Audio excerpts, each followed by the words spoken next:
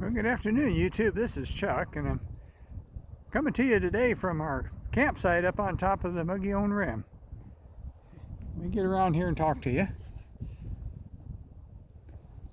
This spot's someplace we've been coming to for several years, and we actually came up here a couple times when we had our big fifth wheel years and years ago, and it's the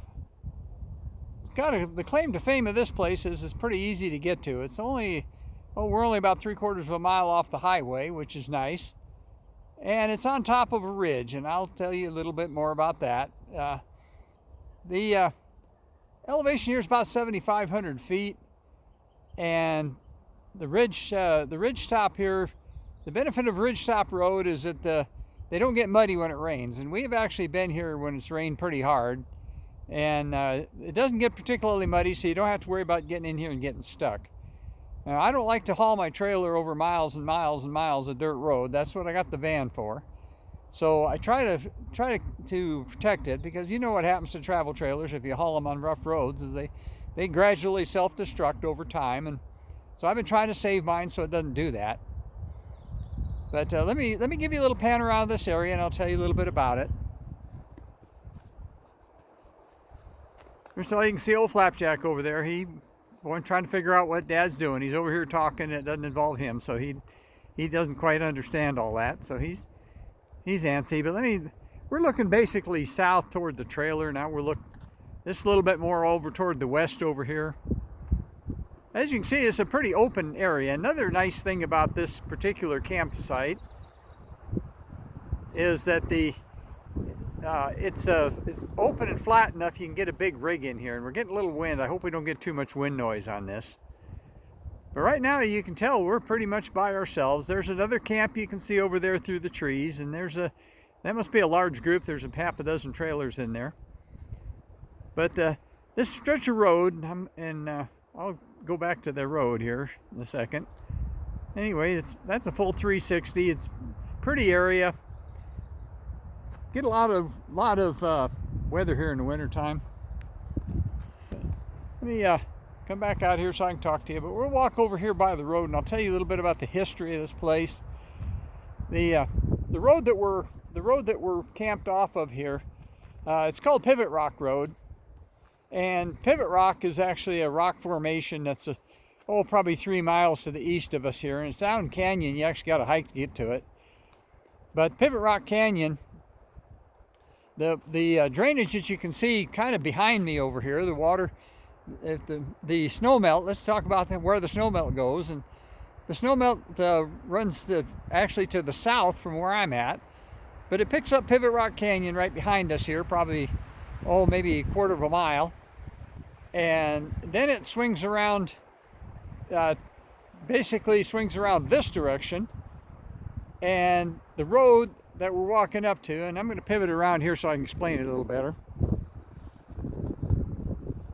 There's the wind again. This road right here, this used to be the old highway before they put the current highway in. And it actually goes, this stretch where all the campsites are here is about 2 miles across here. And there's probably, maybe 20 different places you can camp here.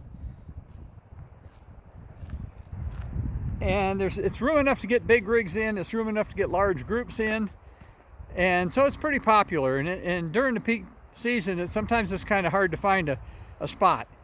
Now our spot here, where we're at over there, this is actually our favorite place to come on this road.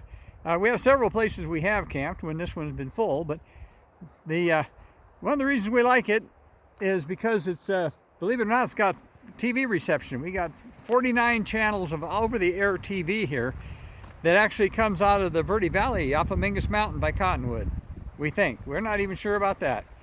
So we get reasonably good TV here, and the wife likes that. I'm not all into the TV all that much, but she kind of likes that. I like to watch the news. But you can see here it's pretty flat here on top of this ridge. But let me talk a little bit again about the water. The water runs, if you look right at the horizon right between the trees, that's actually Baker Butte over there, and that's the highest point on the Mogollon Rim, and there's a there's a lookout tower up there, and it's a little over 8,000 foot, and we're just a little bit below that. There you can see that part of that other camp over there. Anyway, getting back to the water. The water that flows from here, the snowmelt, runs to the south, then swings around to the east and crosses a canyon. This road goes down through the canyon, Pivot Rock Canyon. Then the water flows on further to the north, and it flows into West Clear Creek Canyon.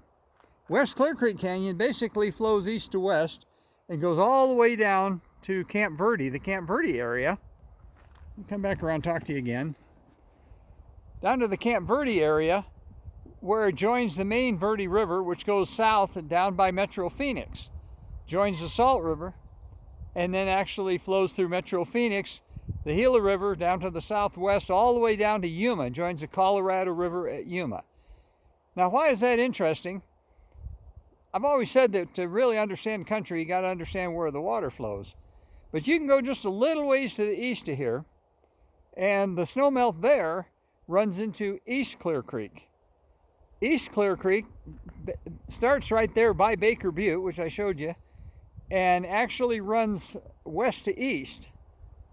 And then it gradually turns and runs northeast, and it runs all the way up to the Little Colorado River by Winslow. Little Colorado River, then it turns and runs to the northwest, goes clear up and joins the Big Colorado River in the Grand Canyon.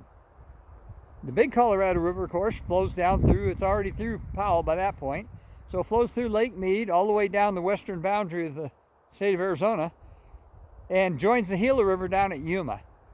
So you can have snowmelt here probably at some point 10 feet apart, and the journey to join the sea is a totally different journey and covers most of the state of Arizona. I find that kind of interesting. Now, the West Clear Creek, which is just north of us, I talked about, that's all wilderness area, and there are no bridges across it. East Clear Creek, on the other hand, only has 2 crossings, because they're both pretty significant canyons, and so that divides up this whole territory. We're in the Coconino National Forest, and the Coconino National Forest is a pretty good sized forest.